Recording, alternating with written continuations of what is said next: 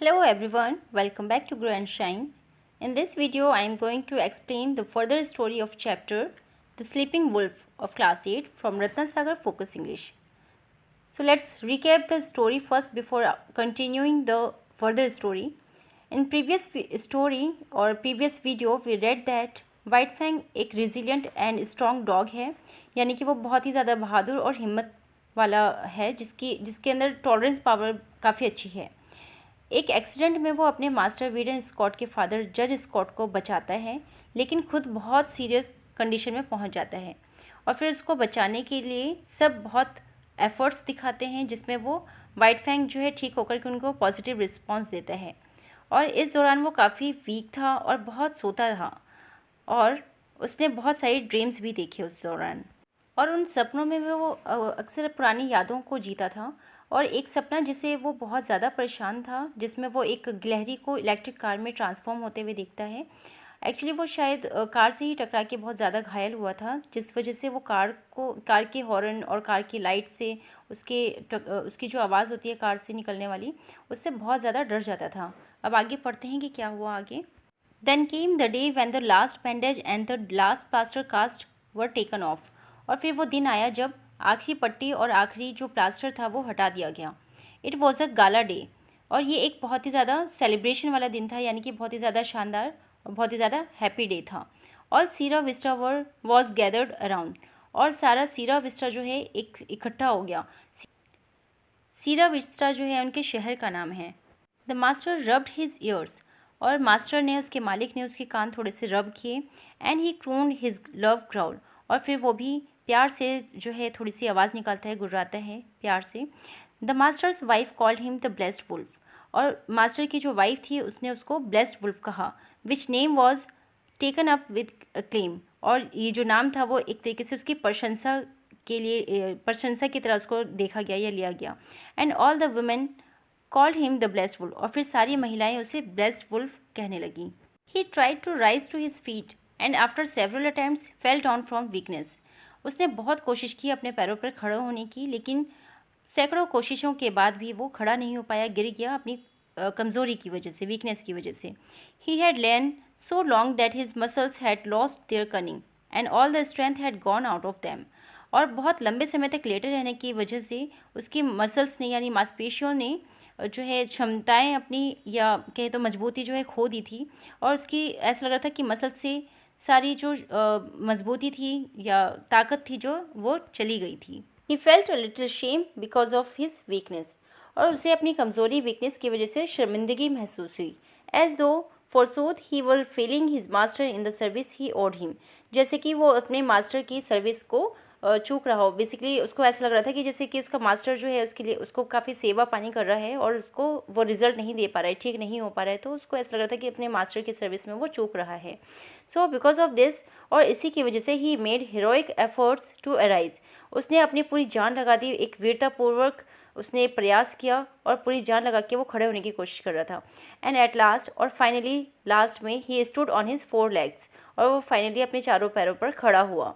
Tottering, लड़खड़ाते हुए, and स्वेविंग back and fourth, और हिलते डुलते हुए, जैसे एक शराब पिया हुआ इंसान जो है ठीक से खड़ा नहीं हो पाता, आगे पीछे झूमता रहता है, तो कुछ उस तरीके से ही वो लड़खड़ाते हुए आगे पीछे झूलते हुए से खड़ा हुआ कमज़ोरी की वजह से।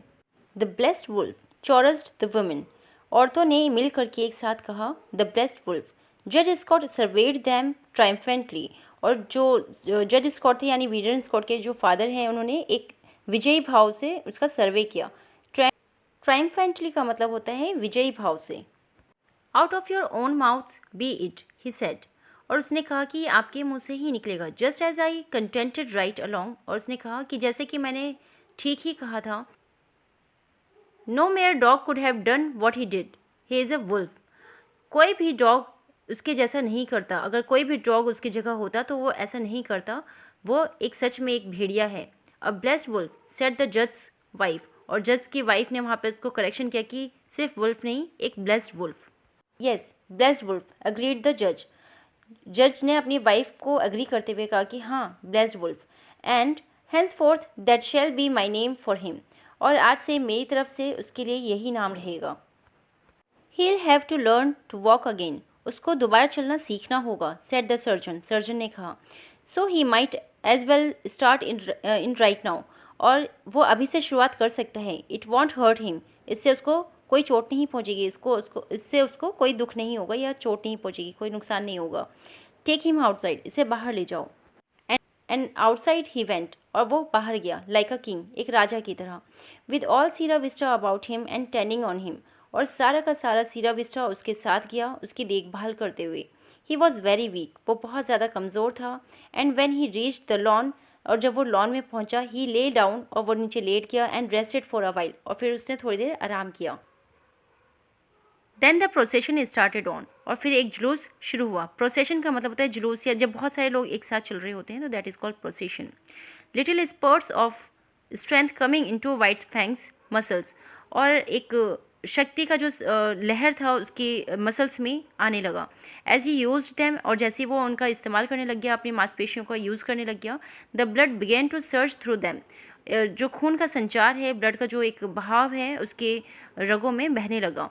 द स्टेबल्स वर रीच्ड, और जब वो स्टेबल यानी कि अस्तबल के पास पहुँचे, and there in the doorway, और फिर वहाँ गेट के पास, दरवाजे के पास, ले कोली। कोली जो है यहाँ पर एक बिच है जो लेटी होती है डोरवे के पास।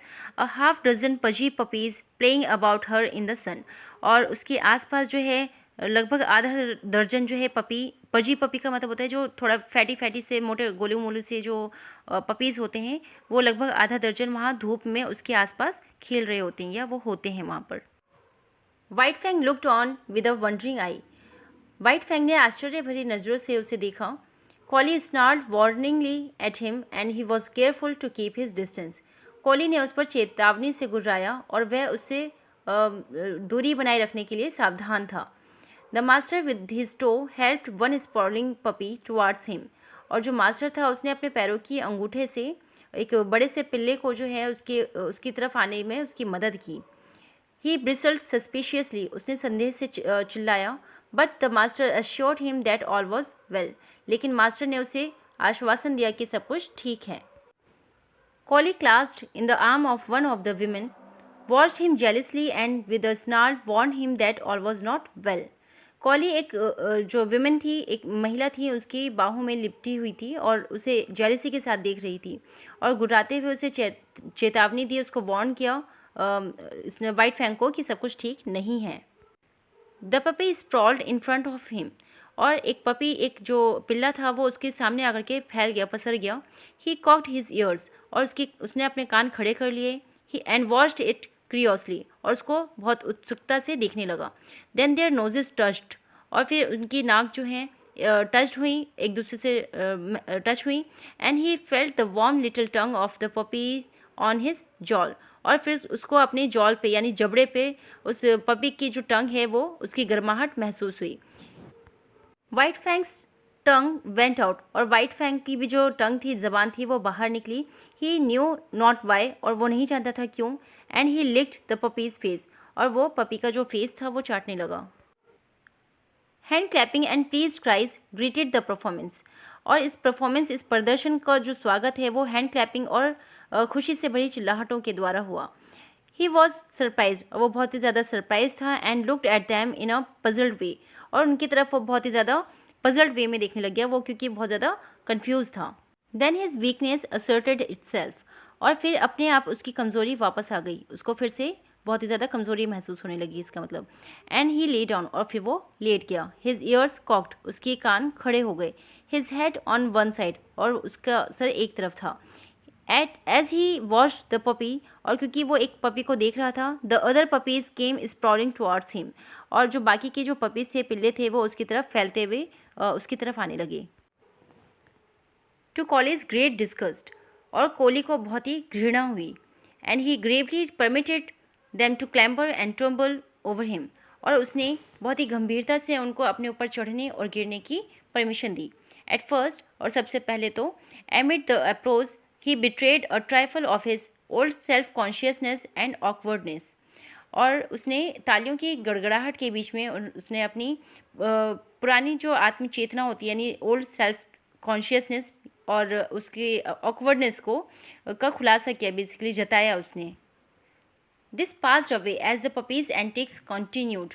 और जैसे जैसे पिल्लों की या पपीज़ की हरकतें जारी रहीं, and he lay with half shut patient eyes drowsing in the sun. और धूप में वो झपकी लेने लग गया, लेटे लेटे उसकी आंखें आधी खुली आधी बंद थी, पेशेंट आइज़ के साथ, यानी कि बीमार आंखों के साथ। यानी अब वो वहाँ धूप के मज़े ले रहा था और जो पपीज़ थे उसके आगे पीछे घूम रहे थे, खेल रहे थे। So this was the explanation of chapter the sleeping wolf. I hope कि चैप्टर आपको समझ में आया होगा, और अगर वीडियो अच्छी लगी हो तो please like this video and share it with your friends.